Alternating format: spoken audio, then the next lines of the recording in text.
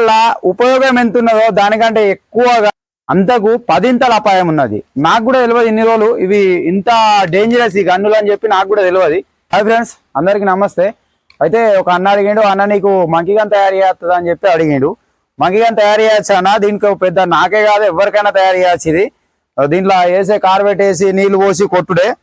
So ఇది నేనే తయారు చేసుకున్నది, దీని లోపల కార్బెట్ వేసిన, ఇంతకుముందు తయారు చేసుకున్నా. దీన్ని మళ్ళా ఒకసారి ఎట్లా తయారు చేసుకోవాలో కూడా చెప్తా. అయితే ఇది తయారు చేసుకోవడానికి పెద్ద పని ఏం లేదన్నా. నేను ఒకటి ఇది ఆల్రెడీ తయారు చేసుకున్నా, మీకు అర్థం కావడం కోసం విడివిడిగా మీకు చూపించడానికి. ఇది చూడండి, దీనికి కావాల్సింది ఒకటి ఇలాంటిది ఒక దొడ్డు పైపు, మధ్యలో ఒక హోల్ వేసుకున్నా. దీనికి ఒక డమ్మి లైటర్ పెట్టుకోవడానికి హోల్ వేసిన.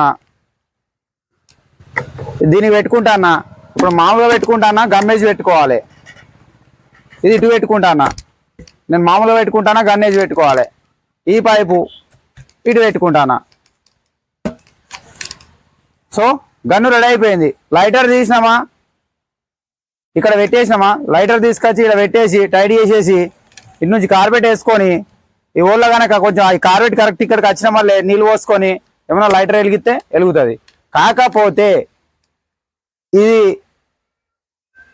దీనివల్ల ఉపయోగం ఎంత ఉన్నదో దానికంటే ఎక్కువగా అంతకు పదింతల అపాయం ఉన్నది. నాకు కూడా తెలియదు ఇన్ని రోజులు ఇవి ఇంత డేంజరస్ ఈ గన్నులు అని చెప్పి నాకు కూడా తెలియదు. సో ఇట్లా తయారు చేసుకోవాలని అయితే నేను ఎవరికి చెప్పా. కాకపోతే ఎవరైనా తయారు చేసుకునే ఉంటే కోట్ల బాధకు తయారు చేసుకోవచ్చు. కాకపోతే దీన్ని వాడకంలో చాలా జాగ్రత్త పాటించాలి. ఈ ప్లాస్టిక్ పైపులు ఏమాత్రం వీక్ పైపులు తీసుకోకుండా చాలా జాగ్రత్తతో తయారు చేసుకోర్రి. నేను మీకు ఎందుకు తయారు చేసుకోవద్దు అంటున్నానంటే, మొన్న ఇన్స్టా చూస్తూ ఉంటే నాకు ఒక వీడియో వచ్చింది, ఒకసారి మీరు చూడండి. ఇది ఇంత ప్రమాదం అని నేను ఎప్పుడు అనుకోలేదు. సో ఇది చాలా ప్రమాదం ఫ్రెండ్స్.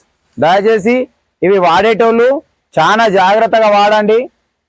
దీనివల్ల మన రైతులకు కానీ తోటి వారికి కానీ దీనివల్ల మనకు ఎంత ఉపయోగం ఉన్నదో అంతకు పదింతల అపాయం ఉన్నది. అపాయం వాటిల్లకుండా జాగ్రత్తగా వాడుకోవాలని సూచిస్తుంది.